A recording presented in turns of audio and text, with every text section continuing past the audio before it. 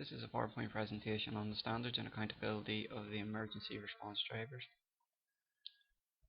A competent and careful driver will keep into consider their attitude, which can include their feelings or behavior towards other drivers. When keeping their attitude into consideration, they know that they should try to act in a positive manner, trying their best to respect everyone on the road, as this will affect their behavior on the road. Someone who has a positive attitude on the road will in most cases transfer that to their actions and be respectful and courteous to other road users. This will generally transpose onto the attitude of the other road users, causing them to be respectful and courteous in return. A competent and careful driver will also try to avoid the following common offences, be it speeding, dangerous driving, careless driving, using mobile phones, alcohol and drugs abuse, attitude leading towards dangerous driving, anger towards other users, disregard for human life, sadistic desire to frighten people, suicidal desire to put oneself at risk, attitude leading towards dangerous driving, being in an extreme hurry to get somewhere, anger or frustration at something unconnected with driving, mental or emotional illness or imbalance, tiredness or stress which the driver has been unable to recognize. Irrespective of who the driver is, be it emergency personnel, volunteer or paid, or civilian, they should all take due care in making sure they avoid committing any of these offences. All emergency response drivers need to keep themselves safe on the road so they can actually get to the incident they're needed at to resolve it. If they disregard their own safety while on the road and have an incident, not only will they harm themselves, but they'll also cause 3 emergency vehicles to be out of use.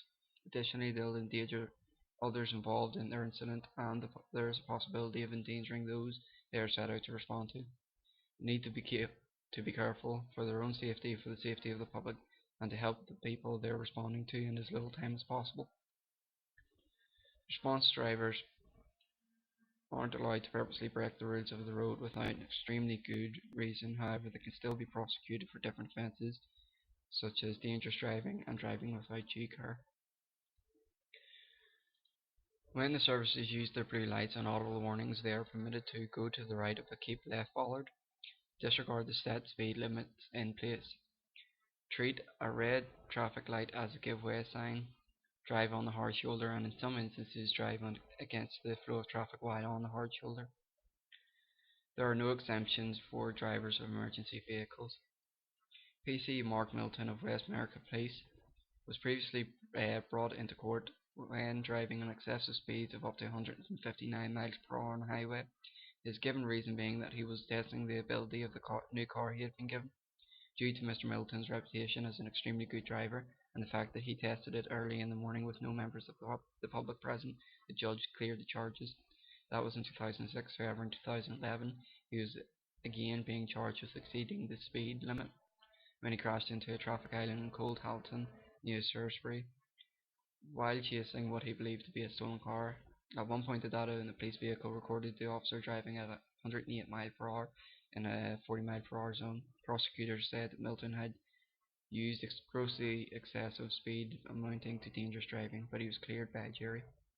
Although the jury cleared Mark Milton from his charges for various reasons, he was still brought to court over the head of his offences, and this shows that there are no exemptions.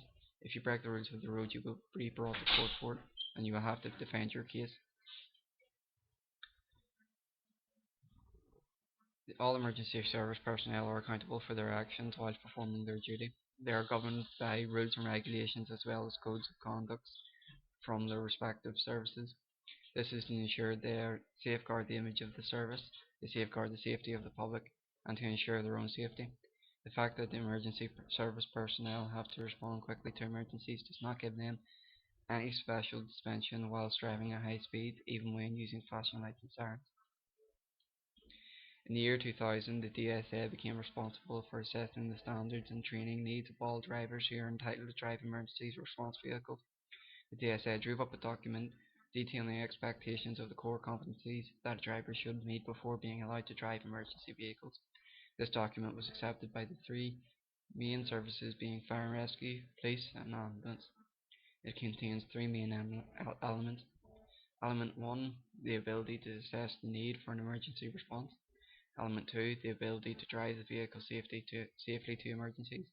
And element 3, the ability to demonstrate the correct attitude when responding to emergencies. Driving training. Each service also has its own standards and training.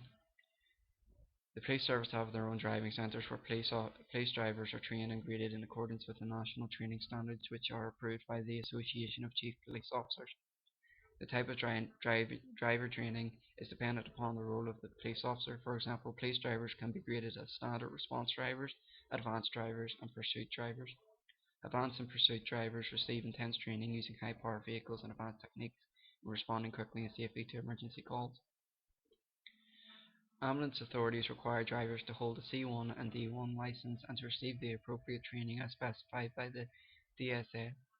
However, some ambulance services, for example in London, require drivers to hold a large goods vehicle license.